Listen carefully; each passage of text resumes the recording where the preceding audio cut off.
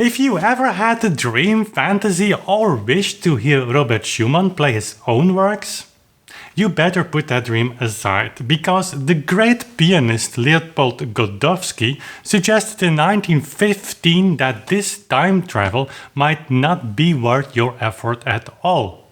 Godowski wrote in his edition of the Kinderscenen, or childhood scenes, that Schumann showed in his metronome indications and I quote, an incomprehensible lack of judgment in deciding the speed of every number. End of quote.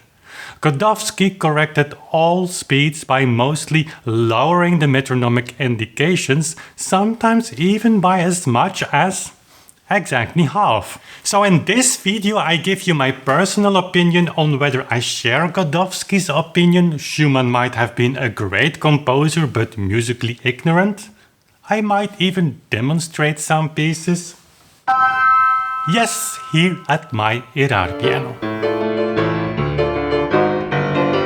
Hello everybody, my name is Wim Winters and welcome to Authentic Sound. This channel is all about exploring the music from Bach to Beethoven and beyond, with the single goal to inspire you on your journey as a musician or as a music lover. And contrary to what many musicians today believe, there is much inspiration to be found in the early 19th century metronome numbers.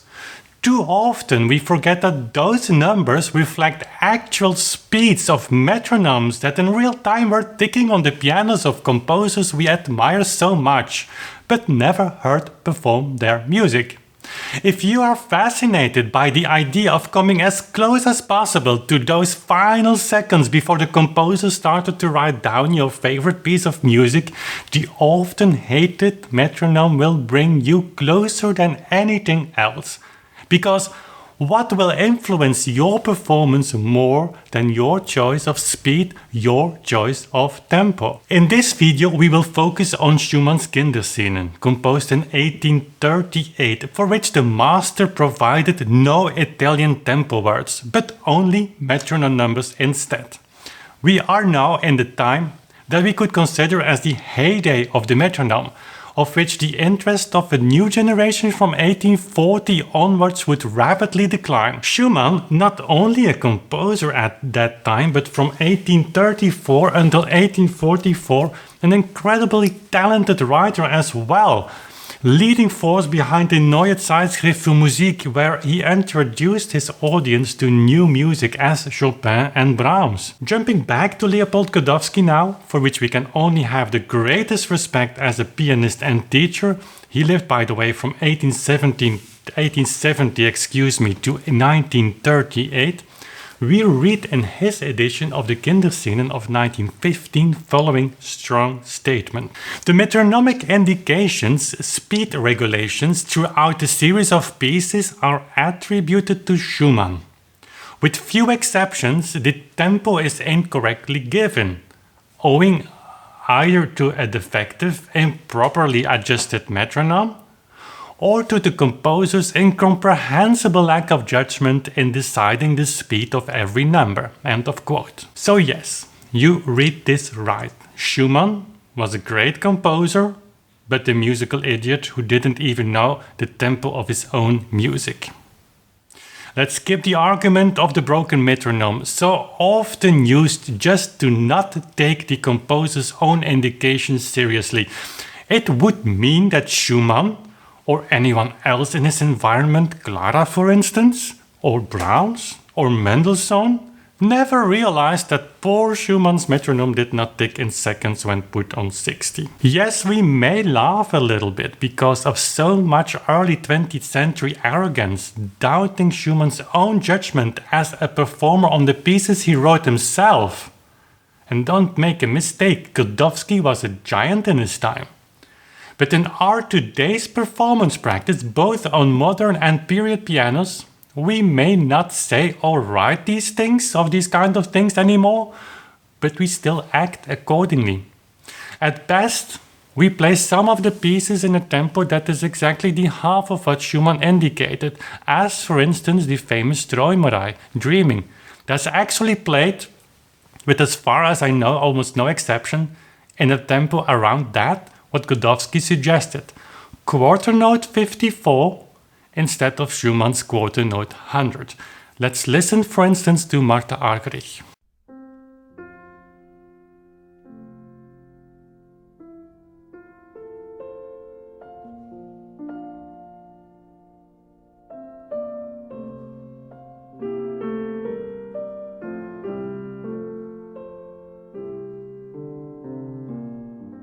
Or Vladimir Horowitz.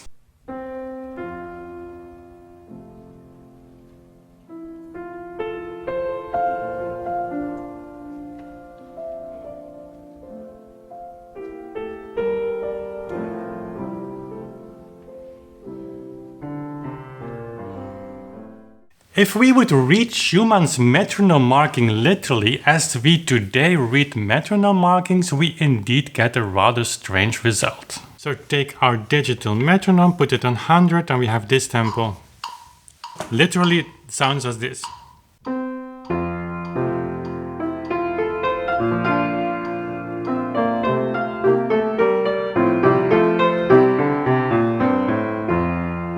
And so on. So a tempo like this might lead to an increased risk of heart attacks, but looking at the other pieces, most of the tempi Schumann gives for his childhood scenes are really fast, sometimes even on the edge of still being playable. That's the more surprising, since in the subtitle of this bundle, the composer let us know these are all pieces that he considers to be leichte Stücke, easy pieces. So, was Godowski right after all? Let's have a look on a beautiful overview that was sent to me by Robert Klein. Of the 13 Schumann pieces, Godowski gives 3 times a metronome number that is about the half of Schumann's. In 6 cases he is about 25% slower. In 3 cases he matches the indication of Schumann, and in 1 case he is about 20% faster. The majority of Godowski's tempi are considerably to even much slower than Schumann's metronome numbers, again if read as we do today. So if Godowski's speeds are indeed more correct than Schumann's own tempi, it indeed is incomprehensible how Schumann could have been off by so much. So what's the point we are missing here? To me, honestly, the really incomprehensible fact is that Godowski, great pianist as he was, did not see how perfect Schumann's tempi for these pieces really are. I mean what I say, and it shouldn't be a surprise by now, since I have uploaded a few days ago number 1 to 6 of the Kinderscenen played on my clavichord in tempi that are close to those Schumann indicated. I'm still waiting for my pianoforte that will be an almost perfect instrument to play these pieces on, much better suited than my clavichord. But as for now, I felt like playing them on the clav, and honestly I believe this instrument adds a kind of special charm to the music, although no doubt Schumann designed the pieces for the piano of his time. I'll play at the end of this video, and it'll be a first time here on the channel, some pieces on my Erard. What Godowski should have made him rethink his judgment is the fact that he chose 3 tempi that were about half as fast as Schumann indicated. The Träumerei is the best example to demonstrate Schumann's perfect tempo. You take your metronome, put it on 100, et voila, there you have the tempo Godowski liked, the majority of musicians still use today, and actually was suggested by Schumann. Let me demonstrate to you. So we take again 100 on the metronome, but we use a different reading.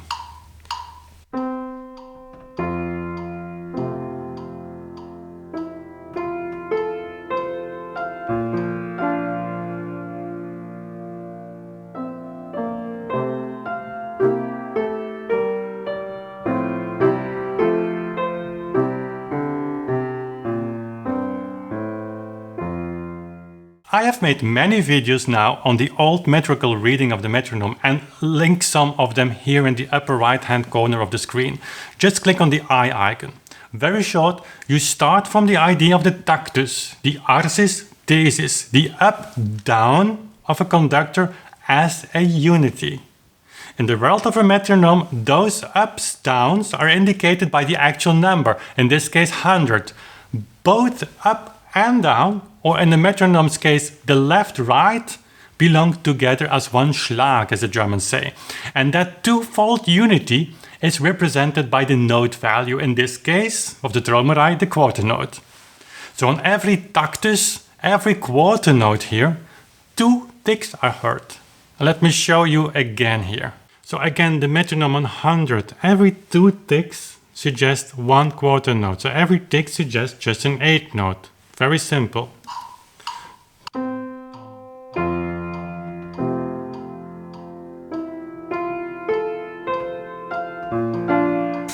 Or another piece like the Wichtige Begebenheit 138.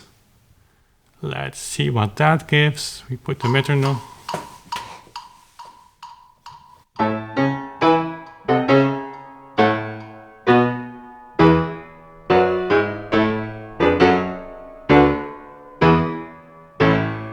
Oh, Glücks genug, enough happiness 132.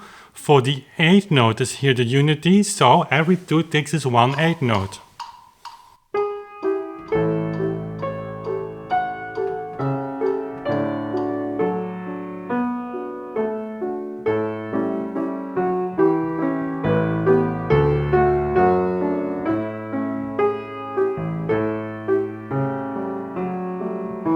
It might be so that many tempi you'll get like this might diverge from what Godowski in 1915 or we in 2018 are used to hear, but remember this, there are 180 years that separate us from the year in which Schumann wrote his Kinderscenen. That is an awful lot of time. Roughly said, for those pieces we have metronomes for, there are 2 options at least, if you'd like to reconstruct the original idea.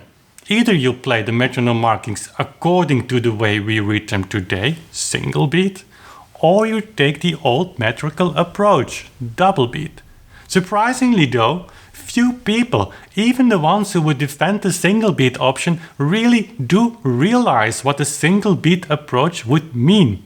If it were possible after all, which is not the case because many of the metronome markings simply are out of reach for any living human being. So that's it for the theoretical part of this video. Up to some music now. I'll play you the Träumerei and also number 9, Ritter von Steckenpferd, the Knight of the Hobby Horse, as to demonstrate 2 of the pieces in exactly the tempi Schumann gave. Before I start playing to lead you gently out of this video, I thank you for watching, and if you'd like to join me and over 12,000 other musicians and music lovers already now on this exciting journey of constant discoveries, hit that subscribe button and then we'll see each other soon again. So okay, let's stick to the tempi that Schumann gave exactly. Normally, of course, you orientate towards the tempi and you study and the music becomes your own. So sticking exactly to the metronome number is of course never the goal, but here let's do that. Let's just take the metronome and then I start playing.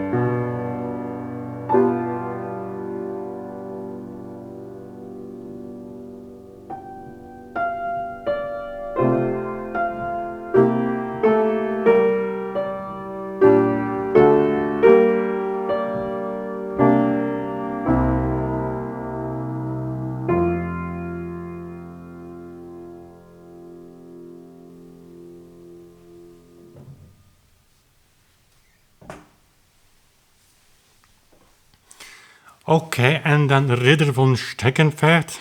That's a kind of a funny story, in fact, with a hobby horse. So it's really a shocking experience, and it's really nice imitated here by Schumann. We have here a tempo inequalis, which means we have dotted half note 80, which we have to divide in two, which is a question I get often. How do you do that? That comes from an old tradition where the unity, the tactus, is twofold by definition. Up, down is 1, 2, together, one unity.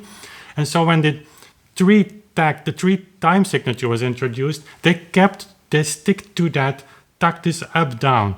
But instead of having an equal tactus, an even up, down, so 1, 2, 1, 2, they made it unequal. Inequalis 1, 2, 1, and 1, and 1. So it's actually rather easy to have, and certainly with the pendulum, but also with the metronome, to apply that on those kinds of tempi. I show you how I do that. So just for the sake of giving you the speed the metronome is used here, it's like Moschler said, you don't use that indication to practice. That's another use of the metronome. This is just a speed indication. So here we have 80. 1. So I shoot it down. Duck. Duck. 1, 2, 3. 1, 2, 3. 1, 2, 3.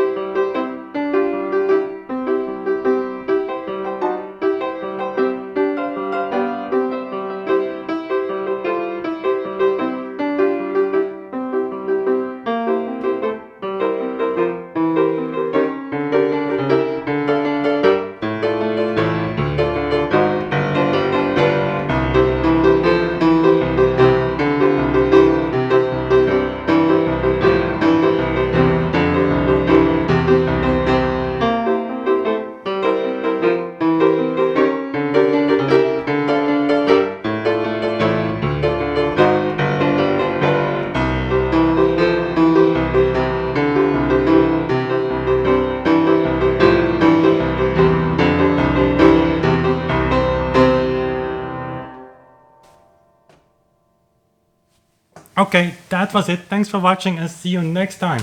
Bye.